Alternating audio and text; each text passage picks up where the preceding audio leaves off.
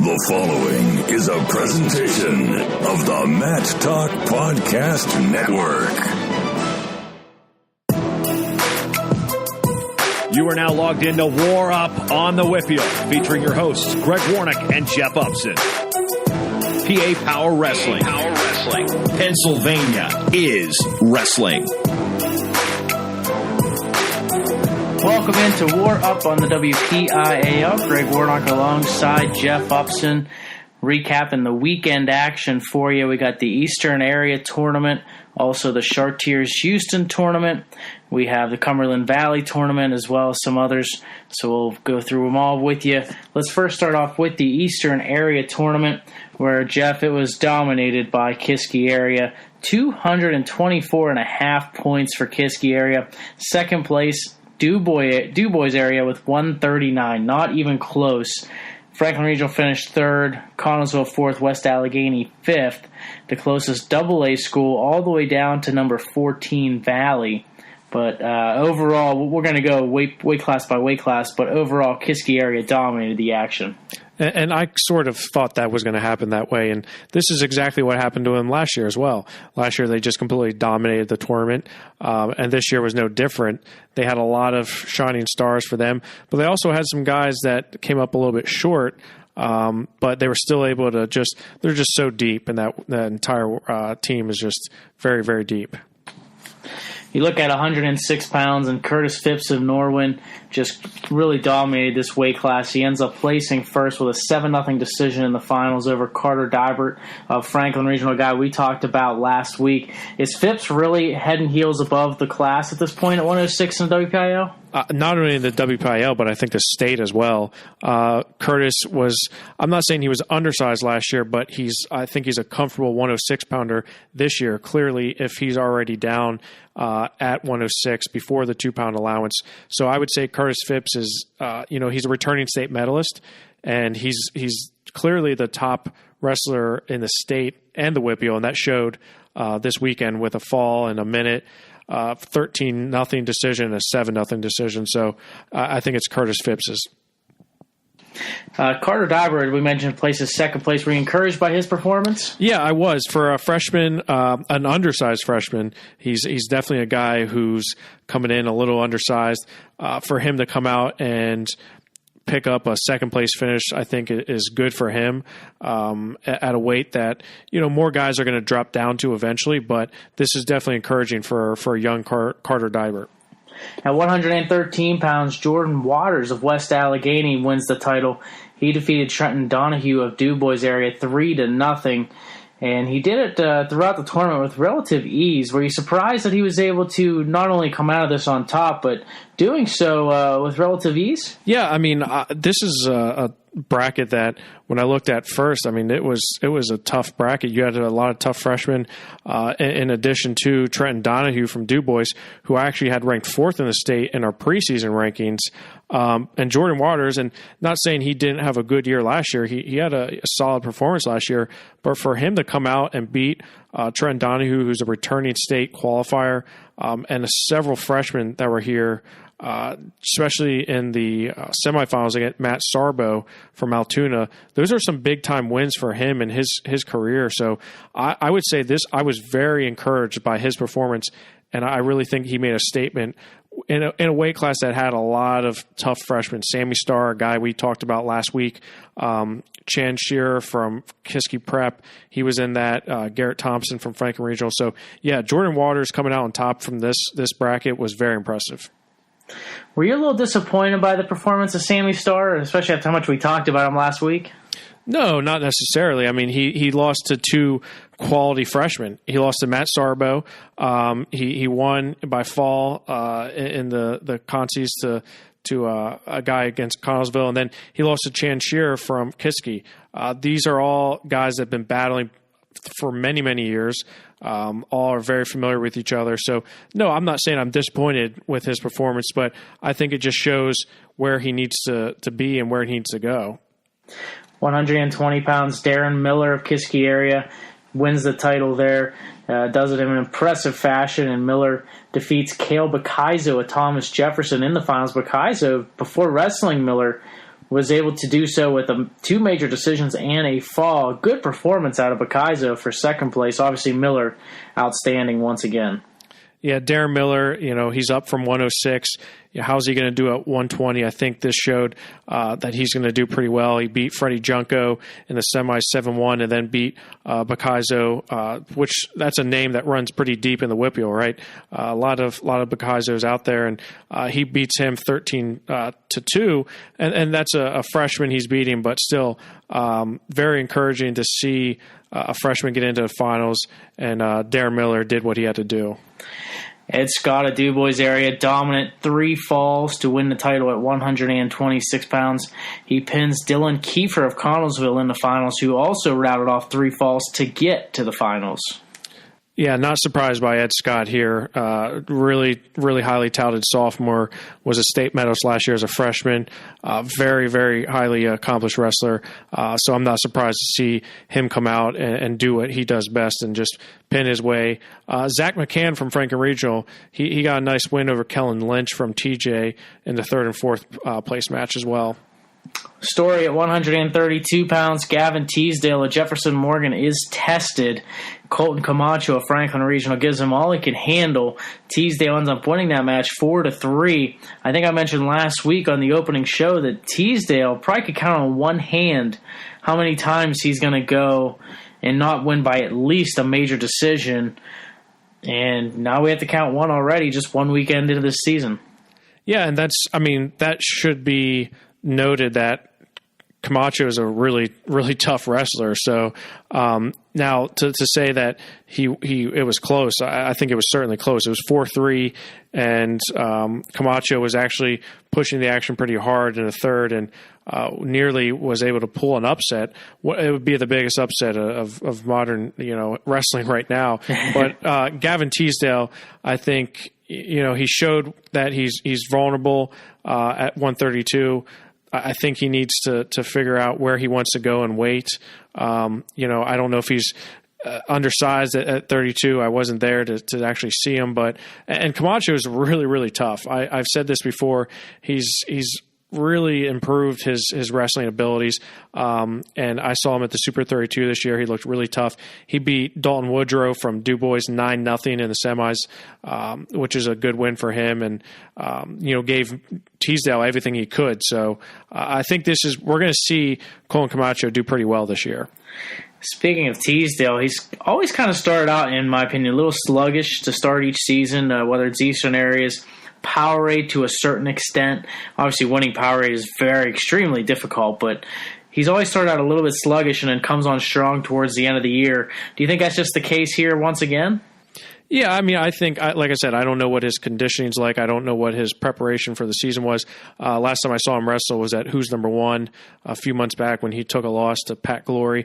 But I think he historically has come on a little bit slow in the beginning, and then just completely shut people down from January on. So there's no reason to think that that's not going to happen again this year. 138 pounds, another star-studded clash in the finals is Noah Levitt of Kiski area taking on Nick Coy of Penn Trafford. Levitt defeats Coy 3-1 in that final. These two, if they stay at the same weight, will be button heads all season long. Yeah, and I can see them. I don't see either one of them dropping for at least until the 2 pounds. Even if then they still may both stay there. But Noah Levitt, that's a big win for him over Nick Coy. Nick Coy is very accomplished in his own right. And Mason Spears from Franklin Regional, he's up a few weight classes. He takes 4th. Nick Coy beat him 5-3 in the semis. Yeah, and it was a close one, too, a 5-3 win for Coy. 145 pounds, a big tournament for Cam Connor of Kiski area. Defeats Job Chisco of Penn Trafford 3-0 in the semifinals. And then he defeats Colby O of DuBois area 7-4 in the final. Also got to mention he beat Jason Miller of Norwin by major decision in the quarters. 3 tough opponents, and Cam Connor up to the task. Yeah, and I was at Ironman this weekend with Mason Beckman, PA Power Wrestling, and he works out at Quest, and Cam Connor comes in there, and I was like, man, this is a really good tournament for Cam Connor, and Mason's like, yeah, he's really good. He's adjusted. He's fixing a few things, and he's really shown that, especially this weekend. I mean, that was no easy route to where he went. Dismantling Jason Miller 15-3, then defeating Job Chisco, who has a medal, a PIAA medal to his name, and then Kobe O from Du Bois, who's very highly ranked, beat him 7-4. So he just grinded out a lot of wins, and I was very impressed with the way he wrestled. 152 pounds, your champion is Ty McGeary of West Allegheny. He defeats Hunter Kernan of Bethel Park 4-3 in the finals. McGeary had another tough match in the semifinals against Jack Bloomer of Kiski area. McGeary won that match 9-7. Solid tournament for McGeary. Yeah, much like his teammate Jordan Waters down at 106, I was very impressed with Ty McGeary and how he competed coming from the second seeded position. He beat Kernan in the finals there 4-3, and he had a few tough matches there with Jack Bloomer from Kiski 9-7, but clearly he's trying to get it done, and this was a good test for him. You also had Colin Franks in that bracket as well. 160 pounds, Luke Stout of Mount Lebanon took on Nick Delp of Kiski area in the finals. Stout defeats Delp 10-4. Delp had to knock off John Hoover of North Allegheny to get to the finals, and he does so with a 3-2 decision. But Stout looked impressive.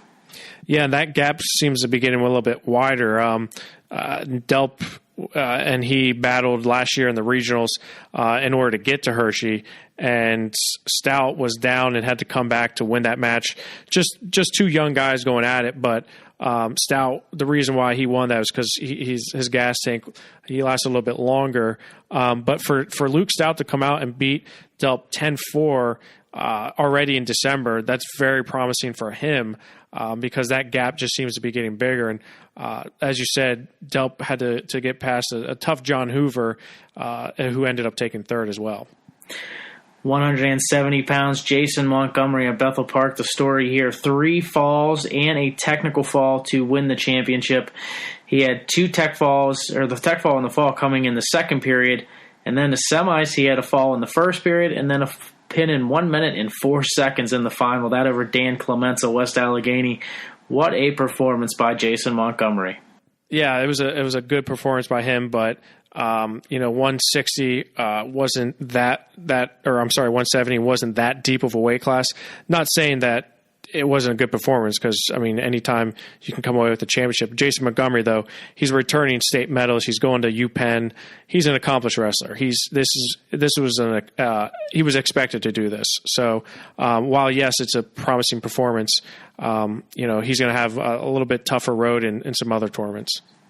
182, Logan Pollock of Kiski area, able to get into the lineup and make a big difference as he gets first place here at 182, winning 5-4 in the finals over Garrick Hutchinson of Baldwin. Yeah, and this is a guy who Chris Heater had talked about last week on the show about Logan Pollock being back in the lineup and how he's adjusting. And clearly coming out at 182 from the third seeded position, he grinded out several wins, got a fall, a tech fall, a 6-1 decision, and then, as you said, in the finals over Hutchinson 5-4. So he's going to be an anchor for Kiski area, especially up through those upper weights. 195, your champion was Parker McClellan of Altoona. He beats Nate Ansell of Connellsville 6-2 in the final. Ansell defeated Danny Starr of Kiski area 8-3 in the semifinals. Starr ended up beating Alex Donahue of Indiana 5-1 for third. The big match there, Ansell and Starr. Yeah, and I'm not surprised by that result. Ansell was a state qualifier last year for Connellsville, and Danny Starr, he was close to getting to Hershey, but he just wasn't able to make it. And Parker McClellan from Altoona is really, really tough. So definitely wasn't surprised by those results, but it's going to be a deep weight in the WPIAL. 220 pounds. We talked about Troy Kuhn last week as well. 3 first-period falls coming from the 7th-seeded position to get to the finals. He gets pinned in the first period, though, in the finals by Rocky McGeary of West Allegheny. McGeary, in his own right, 3 falls, all in the first period. Yeah, I was, as much as I was impressed with Troy Kuhn, I was more impressed with Rocky McGeary. As you said, a fall in 37 seconds, a fall in 39, and then he pins Troy Kuhn in a minute 05. That's pretty impressive for that, especially that finals match, because those are two high-level pinners, at least from Chris Heater's standpoint with Troy Kuhn. So Rocky McGeary definitely letting people know that he's a force to reckon with at 220. And at 285 pounds, your champion was from Mount Lebanon, Nathan Hoagland. He ends up winning 3-2 over Dave Schufert of Valley. Schufert had 3 falls to get to the finals. In the semifinals, Hoagland beat Derek Devine of North Allegheny 3-1. Very good performance for Nathan Hoagland. Obviously, there is no Isaac Reed of Kiski area in this tournament, but a big win for Hoagland to come back to win from the 6th-seeded position. Yeah, and imagine if Isaac Reed was here, Kiski area's score would have been even that much more impressive than it already was. So, I mean, that's with the team that they already have right now, but imagine if Isaac Reed was there. But Hoagland, I was very impressed with the way he wrestled. He's up from 220. He was 220 last year for Mount Lebanon, and he's up this year to heavyweight, and clearly it's paying off. He had a few solid wins, one over Deshaun Butler from Penn Hills, who's been in the mix for a while, and then, as you said, Derek Devine. And they're all close wins, as you would see that in heavyweight, but promising performance for him in his opening tournament. Let's move now to the Chartiers-Houston Tournament, where the team score was a little bit tighter. South Fayette ends up coming away with the title with 158 points. Close by, and number 2 was Upper St. Clair with 155 points. Peters Township, number 3, with 146.5. Freedom, number 4, with 136.5. And Albert Gallatin rounds out your top 5 with 127 points. We look at some of the individual results, but first, before we do that, did the team score surprise you at all, Jeff? Not really. I mean, this is a tournament that is sort of, because we have a nice mix of AAA and AA teams here. I wasn't terribly surprised by overall results here at the Chartiers-Houston. That's why I love this tournament, because it sort of gets us to look at some teams that maybe not get the most ink that we see throughout the season, but definitely a good benchmark for these guys. You look at 106 pounds, and the championship was won by Joey Fisher of South Park, and he was pretty incredible. Fred Howard of Elizabeth Ford was your top seed, but Fisher ends up winning the title by fall over Howard in 3:38. In fact, Fisher had 3 falls and a tech fall over Noah Broyles of South Fayette to get to the finals. So Joey Fisher putting his name on the map.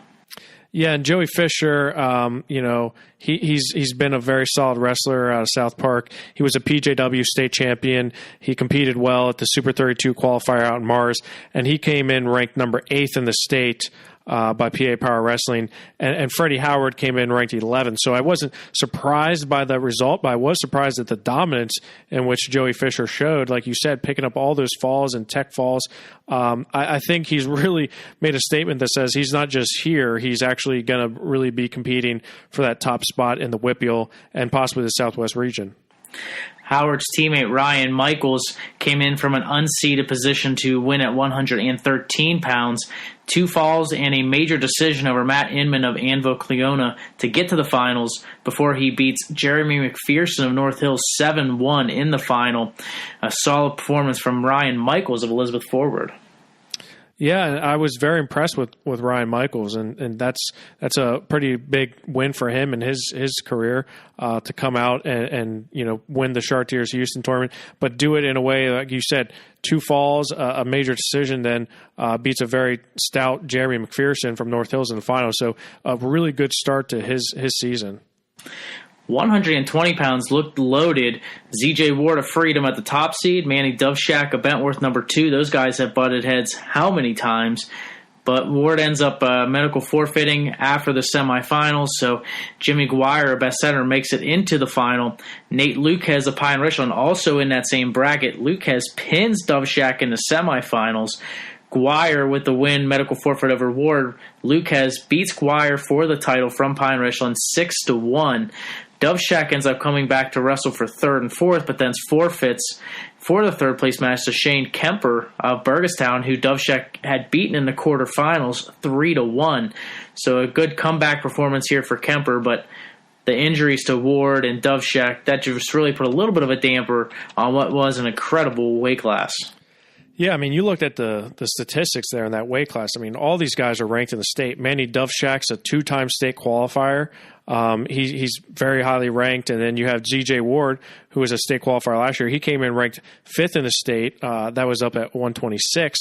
But Luquez, I mean, clearly he did something in the offseason because he looked really sharp out here. He got 2 falls, both in under a minute, and then the pin Doveshak in the semifinals, and he showed it wasn't a fluke. He won 6-1 over Guire in the finals. So Luquez here, I mean, that just really impressed me the way he came out and wrestled. Not that he didn't impress me last year, but clearly he did something in the offseason that he's shown that he can compete.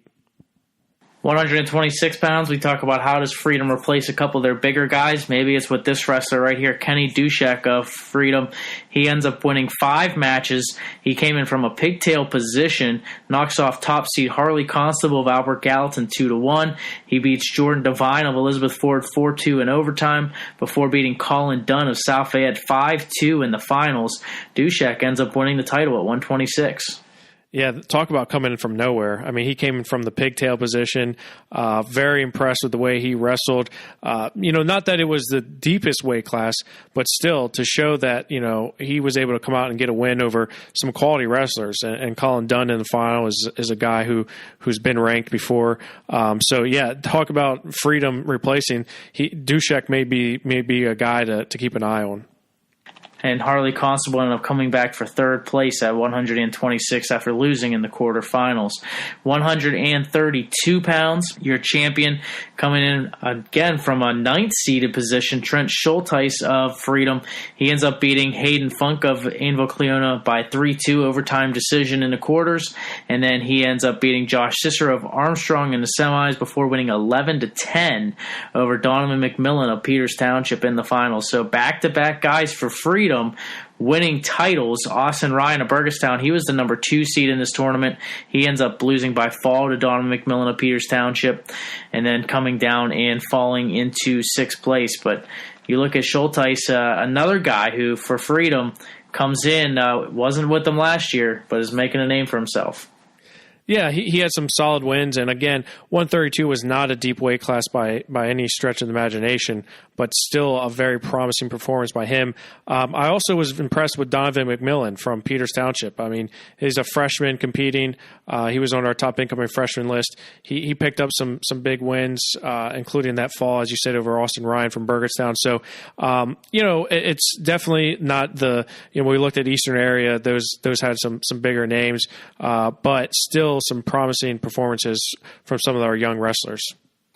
138 pounds, a good one in the semifinals. Zach Macy of Chartiers Valley beats top seed Nick Candelore of Fort Cherry 6-4 in overtime.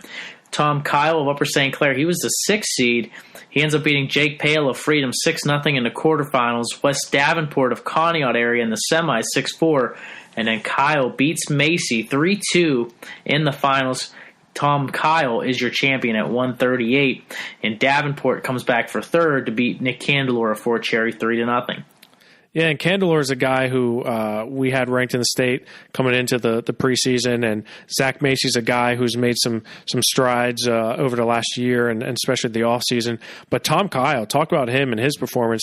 Very impressed with the way he wrestled, getting that 6-4 win over Davenport in the semis and then grinding out that 3-2 win over Zach Macy. So Tom Kyle, very impressed performance from him. And, Candelore's got to, bounce back after that tough loss to Macy 6-4. So, overall, some good performances here. 145 pounds, your champion, coming from the unseeded pigtail round, Joe Demore of Southside. The big name always with that Demore last name, but he beats Jack Cottespot of Butler 10-9. Cottespot was the 2nd seed.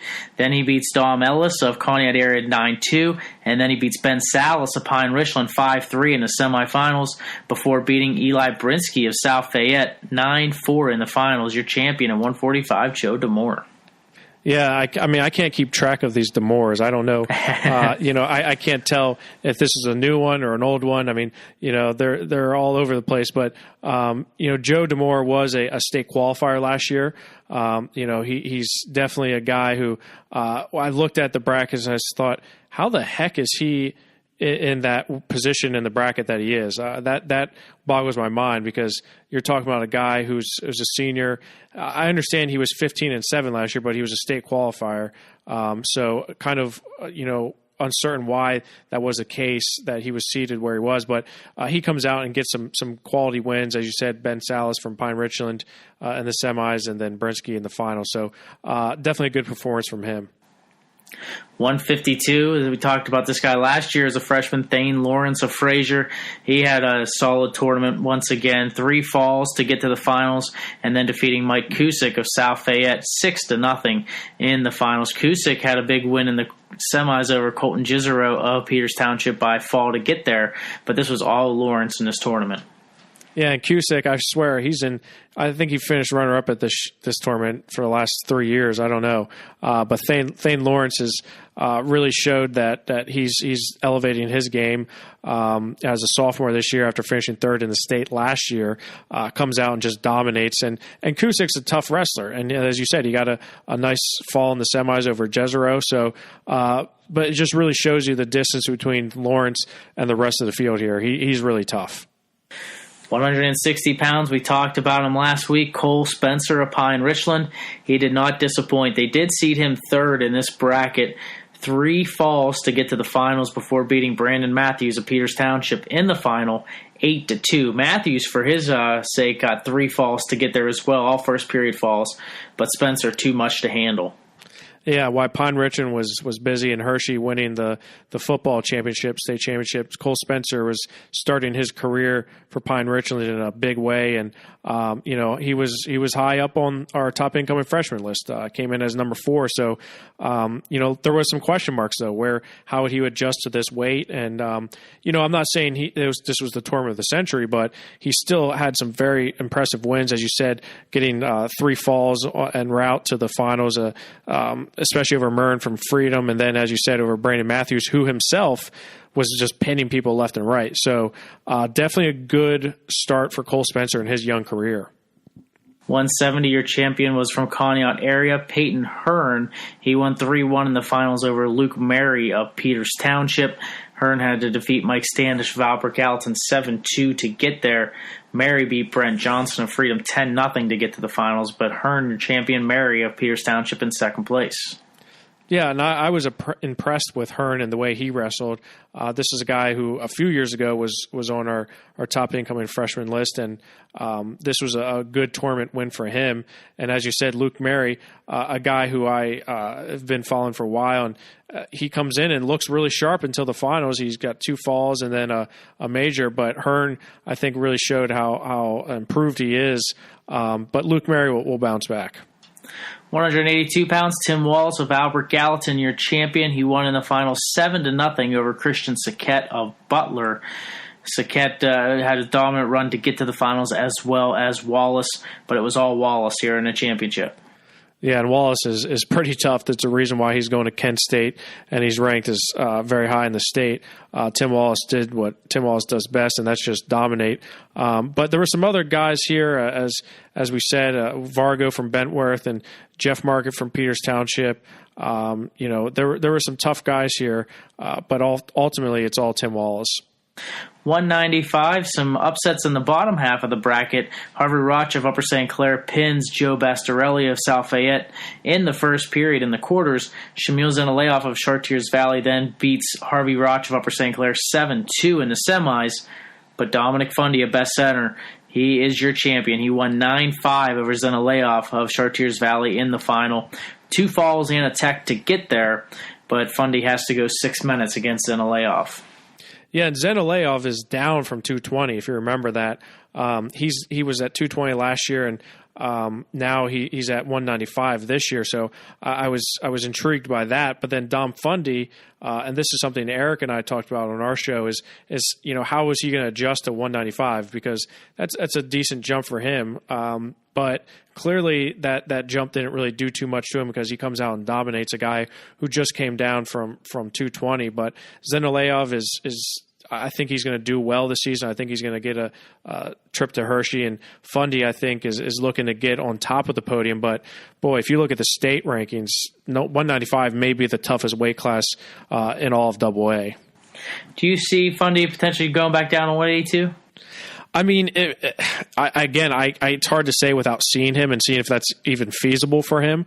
But I mean, at 95, you got Gavin Hoffman, you got Cody Mulligan, Anthony Walters. So, I mean, and you're talking about a guy who was a state runner-up last year behind three guys who all have Gavin Hoffman's a two-time state champ, Cody Mulligan's a state champ, Anthony Walters is a two-time state runner-up. So, I don't know if it would behoove him to go down to 182 if it's feasible. But as I said, it's hard to say that without seeing him. How's 182 look as far as statewide if Fundy does go down? I mean, it's a little bit more open, I guess you could say, but there's still a lot of tough guys with Dalton Group. He was a state runner-up last year. Julian Goring, Gage Garcia, who's a sophomore, but it certainly doesn't have the power that it does with Gavin Hoffman, who's a world bronze medalist. So, that's a tough task at 195, but we'll see what happens. 220 pounds, Jake Slinger of Upper St. Clair. He was your champion. 2 falls to get to the finals and then wins by major decision 11-2 over Connor Main of West Green. Main was at Waynesburg for a year last year, but back to West Green he goes. He had 3 falls to get to the finals. Slinger pins Riley Kemper of Burgestown, who ends up in 4th place. He lost to Ogden Atwood of Armstrong in that 3rd place match 2-0. But a great tournament here for Slinger. Yeah, and I think this is Slinger's year. I think Slinger's going to have a good year this year. He's been close before, but I think he's really going to come onto his own in 2017 and 18. And as you said, Connor Main, I had to double check, make sure he was back at West Green because I knew he was there before, and then he was at Waynesburg. So he is back at West Green, and he looked good, as you said, coming up into the finals. But then Slinger just poured it on him, 11-2. So I think that shows where he's at in his season. 285 pounds, Bishop McCoy of Southside, your champion. 2 falls and a tech to get to the finals before he wins 12-6 over Corey Dotson of Albert Gallatin. Yeah, and Corey Dotson was a tough match for him, but Bishop McCoy clearly, I think, is as a returning state medalist coming in, he's going to have a target on his back. But Dodson is a guy who I think is going to do good this year. And the WPIAL in the heavyweight, at least, is thinned out. You look at sort of Isaac Reed and Jared Brown in AAA, but in AA, I think it's thinned out a little bit. So Bishop McCoy's, I think, poised for a good year. The next tournament we want to go through from this past weekend is the Cumberland Valley Tournament. And Canon-McMillan there, among the other big-name schools from the east side of the state, Cumberland Valley, Easton, Nazareth, just to name a few. You look at some of the top place winners from Canon-McMillan at 120 pounds. Ken Heyman was the first one to get on the award stand. He finished in 3rd place at 120. Do you think that was a good tournament for Ken Heyman? Yeah, Ken Heyman, he had a tough match with Chase Shields from Bishop McDevitt in the semis, lost 13-7, but clearly he was in that match. Shields is a returning state finalist, and he had a nice win over Dylan Ramsey from Shippensburg, 3-0 in the 3rd place match. So, yeah, I would say an impressive win for Ken Heyman, and it's going to be interesting because Logan Macri, I'm sure, is coming down to 120. So if Heyman either goes down to 13 or up to 26, I don't know what his weight situation is like, but that could bode well for him. 126 pounds was loaded. He had Sean Pierce of Nazareth, Doug Zapp of Downington West, Logan Macri, you mentioned from Canon-McMillan, Shane Hansen Ashworth of Council Rock South, all top 4 type level wrestlers. Macri ends up finishing in 3rd place, but what a studded group at 126. Yeah, and I wrote about this today. There's a recap you can see on PAPowerWrestling.com about how deep that weight class really was. And Sean Pearson was the one who came out on top, a class that had state champion Doug Zapf, and as you said, Shane Hansen-Ashworth, who was a two-time national prep medalist. So Logan Macri had an impressive win over Ashworth in the third place bout, but Sean Pearson was able to get the best of him 2-1 in the semis. And again, I think Logan's going to eventually end up down at 20. We'll probably see him down at 20 for Power Age. So still a very good showing for him. 138 pounds, Tim Risco of Canon-McMillan finishes in fourth place. He had a tough one with Ryan O'Grady of Nazareth in the third place match. He fell to O'Grady 7-2. Yeah, but he also had some good wins. He beat Mike McKinney from Delaware Valley, who's pretty tough, and then he was able to beat Tyler Martin from Bishop McDevitt, who's also really tough. So he did have an overtime loss to Brandon Connor, who was a state qualifier last year, and Ryan O'Grady, who's pretty tough in his own right. He's going to Division I school, and for Risco to come out and compete in this weight class, he finished about where I thought he would. 160 pounds, Garrett Ninehouse of Canon-McMillan, your champion. He won in the finals over Gavin Crazer of Eastern Area 14-1. Solid performance to start the year for Ninehouse. Yeah, and not to take anything away from Garrett, but this was a really, really weak weight class at 160 pounds, so I'm definitely not surprised that he dominated in the way he did because the weight was just wasn't good. And it wraps up the medalists for Canon-McMillan in this tournament. But how do you think the Big Macs fared as a team in this tournament? I think they have some work to do. I think I was Jimmy Baxter at 106. He took some losses I didn't think he would, and they definitely showed that they have some holes in some certain areas. But if they can get those sort of plugged in and get some guys in there that can make some noise. I don't know what exactly their situation is in terms of 220 and the heavyweight, but I think this for Canon-Mac, this has got to be a rebuilding year for them because on paper you look at the results and they're not overwhelming. You look at some of the other wrestling action from this past weekend. One was the Ironman tournament where you were at, Jeff. No WPIAL schools were in that tournament, but were you a little disappointed that there wasn't a school from District 7 at the Walsh Ironman? Yeah, I mean, I wouldn't say disappointed. I mean, I always like to see a high number of Pennsylvania wrestlers wherever I go. And, that's just such a high level tournament that it's hard to miss considering it's so close to where I am. And, the teams that were there from Pennsylvania were very impressive. Mile Prep, Wyoming Seminary, and Becca. But, I mean, obviously I'd like to see a team do, like maybe Kiski or, even a team like Canon-Mac with some studs on their team like Logan Macri and Ninehouse.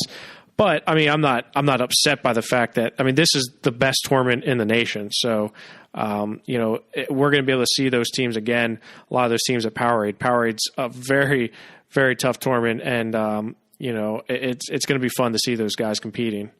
One of the duels was at Hampton, Hempfield, Fox Chapel, Avonworth, Hopewell, Mount Pleasant, Riverview. Hempfield dominating the action there. Not too surprising, I don't think, based on the competition they had. No, I don't think so either with the teams that are there. And that's not taking anything away from them. But if you look at some other duels, I don't know if you were able to see these results or not, Greg, but Waynesburg, they were at the Greenville duels, and boy, do they have a good tournament. They beat Seneca Valley. I think it was a 1-point match, and then they also beat Harbor Creek, who's a pretty tough AA team. And the Waynesburg, team we talked about last week, it's got some new additions to the team with the Henson sons, and Wyatt Henson's a freshman for them. He's the son of Sammy Henson, who's the head coach of West Virginia University. And, Waynesburg is a team that I sort of looked at and said, they're going to have some pretty solid performances this year. And they were able to show that over the weekend, winning some pretty tough matches. You mentioned Waynesburg does beat Seneca Valley. Last week we talked about Kiski area bringing back a good number of people, Canon-McMillan bringing back a good number of people, but North Allegheny as well as Franklin Regional probably taking a little bit of a step back. That was potentially a third, fourth place matchup preview right there between Waynesburg and Seneca Valley. Yeah, I mean, I definitely think, I mean, obviously it's pretty early and we'll see how injuries and who shakes out. But, I mean, you look at their results. I mean, Waynesburg beat Cochran 77-6. Then they beat Harbor Creek 43-25. They beat Brookville 45-19. Now, Brookville is one of the toughest teams in AA. I mean, year round, they're always year after year, they're always tough. So for them to beat a team that's like Brookville is very impressive. And then they beat Seneca Valley 32-31. That's an impressive win for them. And you look at some of the guys who were in the lineup, that was even without Jackson Henson, the senior who's a two-time West Virginia state champion. But you saw some very impressive performances by guys throughout the lineup for both sides. So I have a feeling we're going to see this match yet again.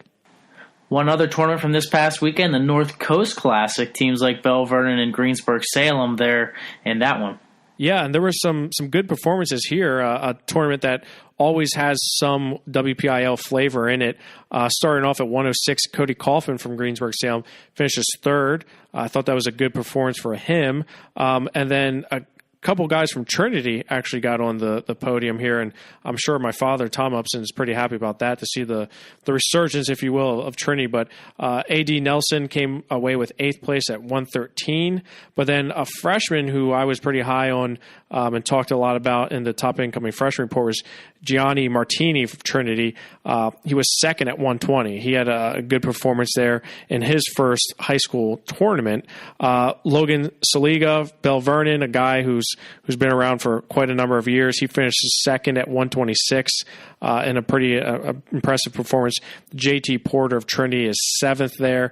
And you look up at 138, you had a guy from Greensburg-Salem, a guy who was on our top incoming freshman report a few years ago. Dejan Herzog from Greensburg-Salem finishes 3rd. Maverick Savosky from Belle Vernon is 7th at 138 pounds. 145 pounds, Ian Ewing from Greensburg-Salem finishes 2nd. But here's the interesting point. Nico Kuntz of Belle Vernon finishes 3rd. Now, I don't know if you remember, Greg, or not, but Nico Kuntz, he was a regional qualifier as a freshman for Belle Vernon. You remember that star-studded team that they had back in 2014 and 15. But he's been out of the lineup. Last year, he was only in there for a few matches, didn't look great. But he's back this year, and it appears that he's doing well. He's at 145 pounds. And as I mentioned, Ian Ewing from Greensburg-Salem is 2nd. Nico Kuntz is 3rd. So pretty solid performance from those two. At 152, PA State medalist Brock Godson from Belle Vernon is the champion. He takes the crown at 152 pounds in a weight that he did pretty well at last year. So I think he's poised for another good performance. And then his teammate Zach Hartman, Belle Vernon, takes the championship at 160 pounds. These are back-to-back just solid performances. And actually at 160, all the top 3 guys are all from Pennsylvania. In addition to Hartman, Luke Ewing from Greensburg-Salem was 2nd. Hartman actually pinned him in 2 minutes and 28 seconds. And Cole Whitmer from Trinity, he takes 3rd at 160 pounds. So good performance there. Scott Joel from Belle Vernon, he was the champion at 170 pounds. So 3 in a row for Belle Vernon. And again, another Greensburg-Salem wrestler in the 2nd place. Jesse Quatsi from Greensburg-Salem takes 2nd at 170. So again, a weight where you see Belle Vernon and Greensburg-Salem battle back and forth. Mason Nicholson from Belle Vernon takes 5th at 182 pounds. Jared Rice of Trinity takes 6th. Moving up to 195 pounds, you have John Myers from Greensburg-Salem. He took 5th. Derek Savosky from Belle Vernon takes 6th. And Zane Stock from Trinity takes 8th at 195 pounds. So good showing for Pennsylvania wrestlers at 195. At 220, Willow Gonaware from Greensburg-Salem takes 4th. and then finishing out, wrapping it up at 285 pounds. Another wrestler from Belle Vernon who has not been in a lineup for the last couple years, but he appears to be back, Logan Petrosky from Belle Vernon. He's the champion at 285 pounds for Belle Vernon. So two guys that really helped the Belle Vernon Leopards out with Nico Kuntz and Logan Petrosky coming back. So really, Greg, I'm looking at Belle Vernon as, if they can keep these guys healthy, and I mean, there's no one better really you look at from, 52 to heavyweight. They've got some pretty good guys there with Nicholson and Godson and Hartman and Joel, and now you throw in Petrosky. So very impressive showing by Belle Vernon. Yeah, they'll be in the mix at Connellsville as far as subsection 2A, and really for section 2, they're usually the talk of that section, and you got a feeling that's going to happen again this year. Yeah, that seems to always be the case with those two coming away. And, you talk about team scores from the North Coast Classic. Belle Vernon was a top team with 473 points. Greensburg-Salem second, 452. But the Trinity Hillers, they come away with fourth place with 353 points. So all three teams from Pennsylvania did well at the North Coast Classic. Subsection Wrestling gets underway this upcoming week. We'll have matches going on throughout AAA and AA. Not a lot of big matchups coming up as far as head-to-head that could make a difference, but there are a few. Subsection 1B, we talk about it every year. It seems there's so many of those good matchups. Norwin is at Franklin Regional, Penn Trafford is at Latrobe, and Hempfield is at Greensburg-Salem. The one big match that I have circled is in subsection 2B. Peters Township is at Upper St. Clair. We talked about the Chartiers-Houston Tournament. Only 9 points separated these two teams. Jeff, I got a feeling this one's going to be the match of the week in the WPIAL. Yeah, I definitely think that it has potential to do to live up to that potential. As you mentioned, Hempfield and Greensburg-Salem, those two are always doing battle and always have some pretty solid teams. And I'm interested to see how Hempfield's younger guys, Isaiah Vance and Ty Linsenbigler from Hempfield, do against some of Greensburg-Salem's better wrestlers. So, yeah, it should be a good week for WPIAL section wrestling here. Yeah, not a lot of big matchups in AA outside of really, to be honest with you, I can't really circle too many big ones. Jefferson Morgan's at McGuffey, but I think McGuffey's just too strong throughout the lineup in that one. Riverview will be traveling to Burrell. That's where we'll see the Bucks open their season. We had a Twitter question for us, Jeff, and that was, can anyone knock off Burrell? And to be honest with you, I think you and I both said it last week. We're going to go with Burrell until they lose in AA and WPIAL. The way I look at the teams, we talked about South Fayette. We've talked about as well as Derry coming back with a strong lineup. I just can't see them still matching up with Burrell to knock them off. Yeah, I mean, I don't know what it is. Call it, the Burrell factor, but I mean, they just, until someone's able to do it, I can't pick against them. And Burrell's has two freshmen that I think are going to outperform maybe what the experts may say. I think they're going to do very well for themselves, and it's an already tough lineup. But Derry's right there with them. I agree with that. I agree that Derry's right there with them, but I think they have a little bit more proving to do, and some of their guys. And overall, I think the question has to be, if Burrell can win again, but can they do anything on the state level? Because we've seen them do well in the WPIAL, but we haven't seen them do exactly where we thought they would in the state. Well, one guy that we can ask is their head coach, Josh Shields of Burrell, and we are fortunate to have him on the line. We'd like to welcome Josh Shields, the head coach of Burrell, with us on WarUp on the WPIAL. Josh, thanks for joining us. No problem. How was the off-season for you guys? Was it just like every other off-season, and how it's been for you? Yeah, it's typical off-season. Like I said, give the guys pretty much a month or so, and then one of our assistant coaches, Stevie and Sandy, sort of runs the Bones Wrestling Club sort of throughout the end of the school year, early summer, and then, like I said, just get the guys in the room as soon as possible and get to work.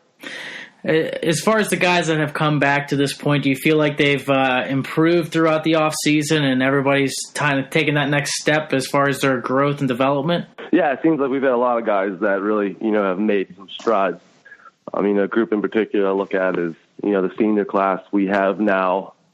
Most of them guys, they put in a hard summer, understanding that, this is their last chance, and wearing that pro wrestling uniform. So I know they put the time in, and they're really, itching to hit the mat this Wednesday. You guys lost a couple of seniors, Dylan Jeffrey and Anthony Mara, so you guys still have a good amount of guys coming back, but those two guys played a big part for your role last year in winning the WPIAL championship. How do you replace those two guys? Yeah, I mean, those are the two really tough guys to replace. Both guys were really, extra special when it came to the team aspect. Both of them were always, looking for major decision tech balls and in particular pins. Dylan and Anthony were really guys that, we could count on to go out there and get six whenever the team needed it, and they did that throughout the, playoffs, individual postseasons. So those guys are going to be hard to replace, especially, Dylan, or we call him Iceman's leadership. He's a great leader, all on the mat, in the practice room, and out there in competition. But like I said, the guys, coming up, they saw I guess they've seen the road that was paved out for them, so they understand what it takes. And, to be a part of a successful team, obviously you got to have the talent, but you got to have clear leaders. There's really two parts of the equation to have success, in the team portion, and also in the individual team portion as well. You guys got a chance to bring in a couple of big-time freshmen into your lighter weights, Ian Oswald as well as Anthony A.J. Corrado. Talk a little about those guys and what kind of difference they're going to be for you. Yeah, so like Ian Oswald and A.J. Corrado, both guys will come in with, a nice resume coming through the PJW ranks. These are the kids that, wrestle year-round, that, they're since, I think AJ actually only started wrestling when he was in fifth grade, so he got a late start to it. Oswald's been wrestling, since, 5 or 6 years old. But these are guys that, this has been their, primary sport for the past 2 or 3 years. Really focusing on wrestling throughout the summer and really gearing them up towards, the high school season.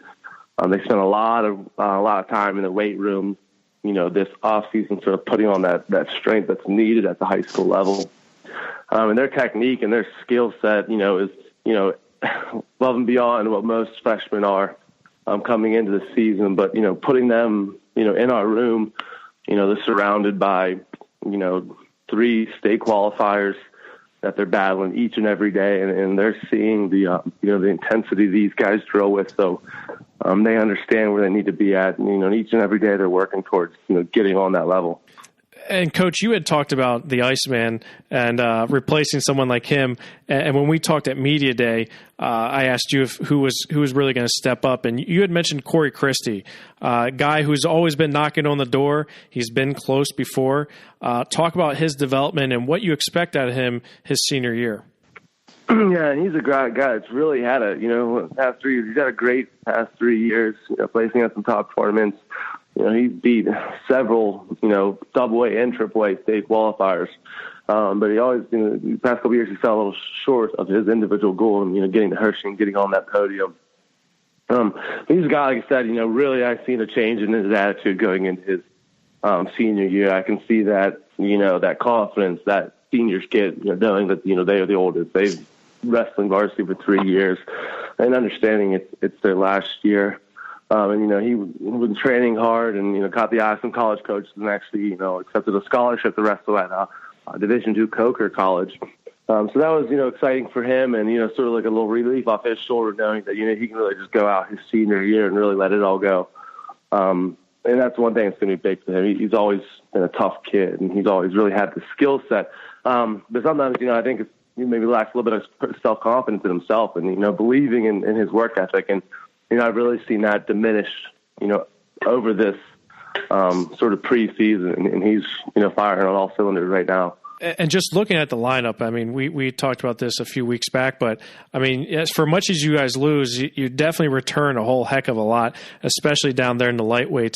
And you got King of the Mountain this coming weekend. That's a tournament I know you're excited about. You go there a lot.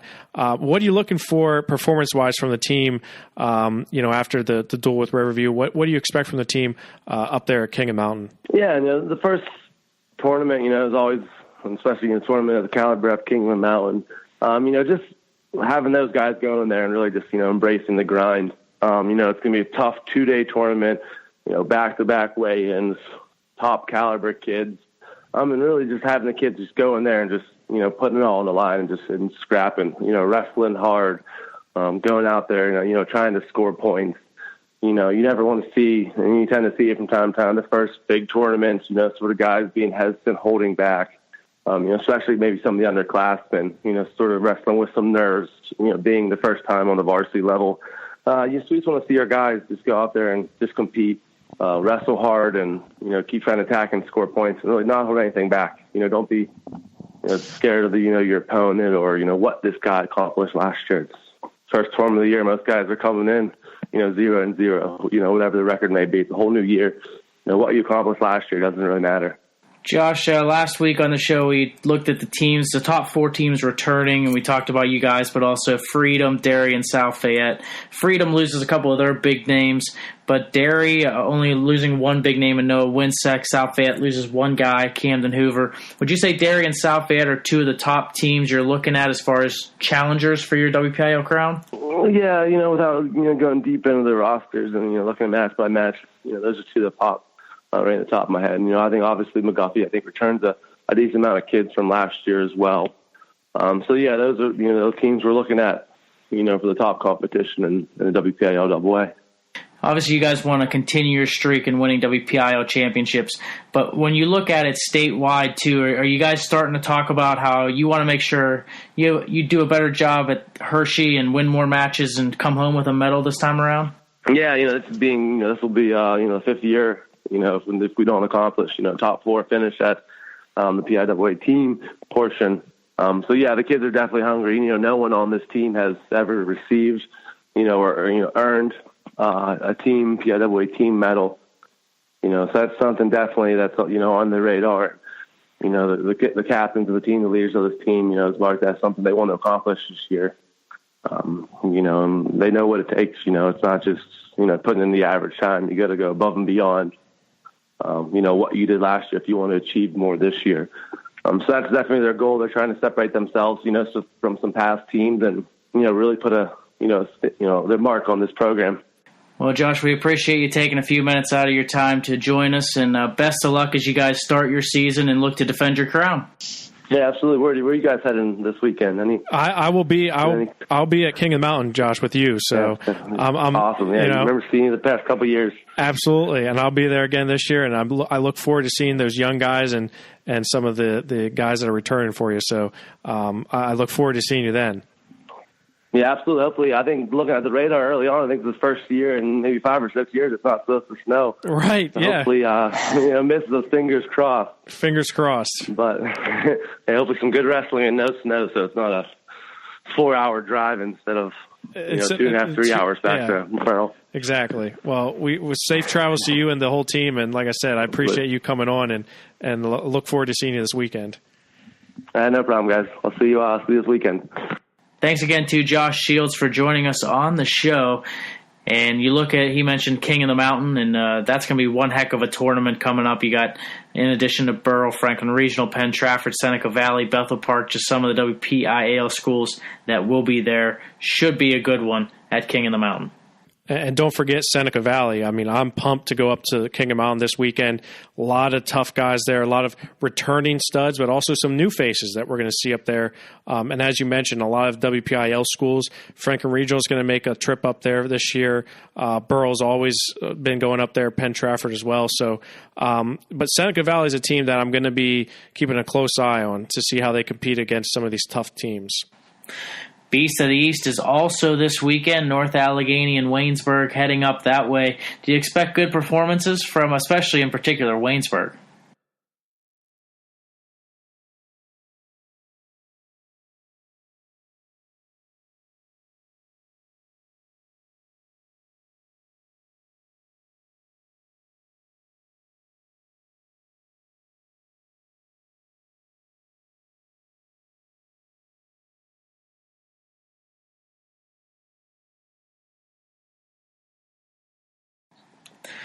We talked about last week the North Hills duels, Kiski area, taking on Cumberland Valley. Cumberland Valley coming all the way to the North Hills Duels, I think basically to wrestle Kiski.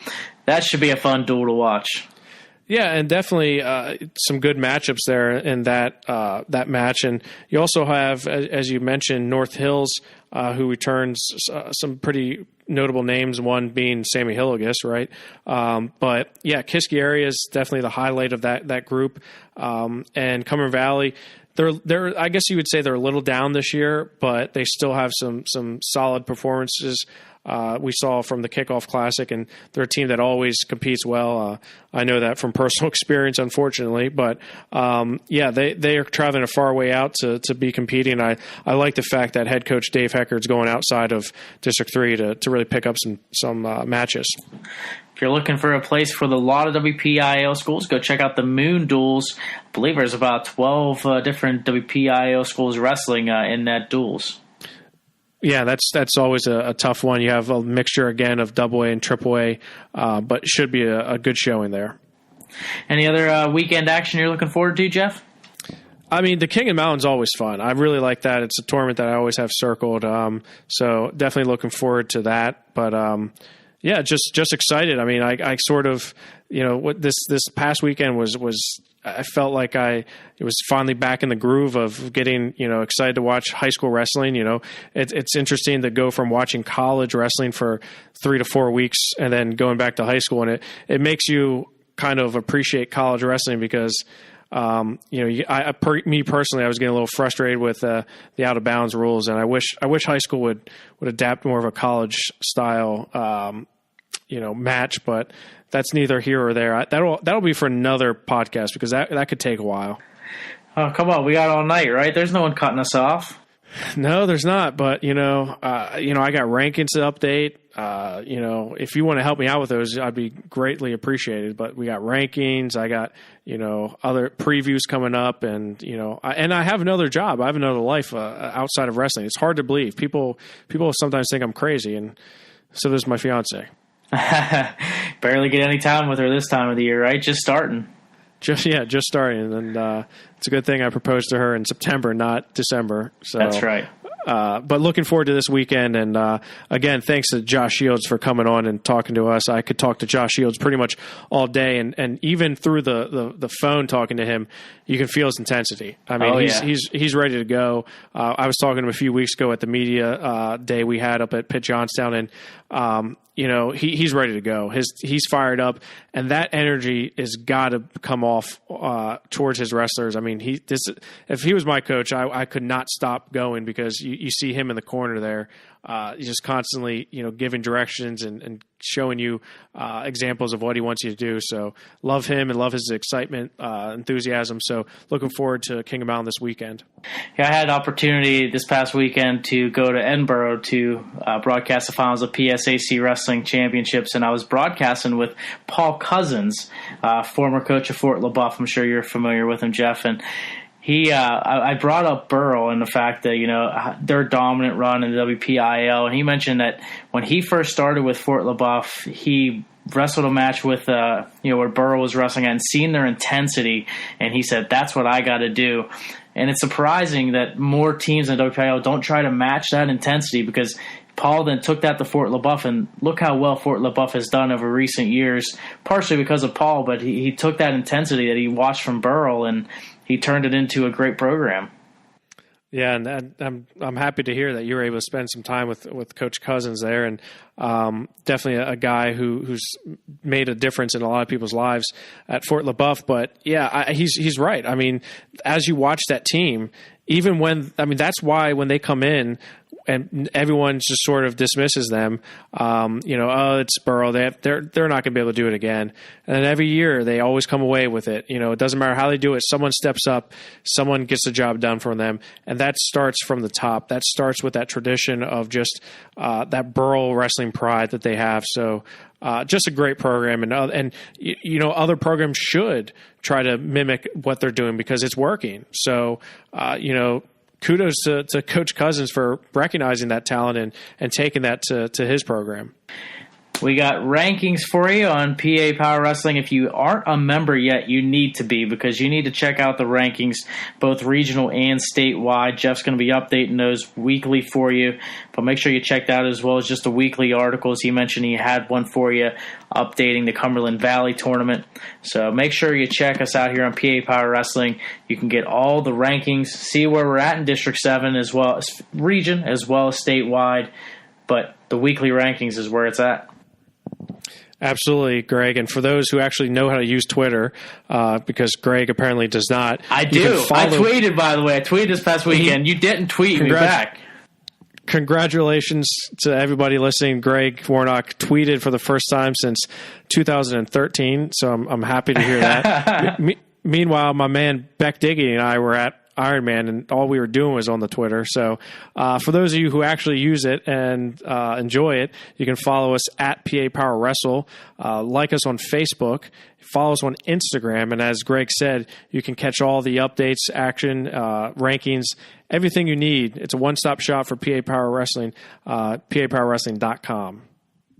That wraps up our second episode of the season, and we want to again thank Josh Shields of Burrell for joining us on the show. We'll be back next week as we'll recap the week action for the first week of wrestling action as well as the weekend, and get you set for another subsection week. Week 2 will be coming up next week before we get set for the holidays and then the Powerade tournament. It's coming here before you know it.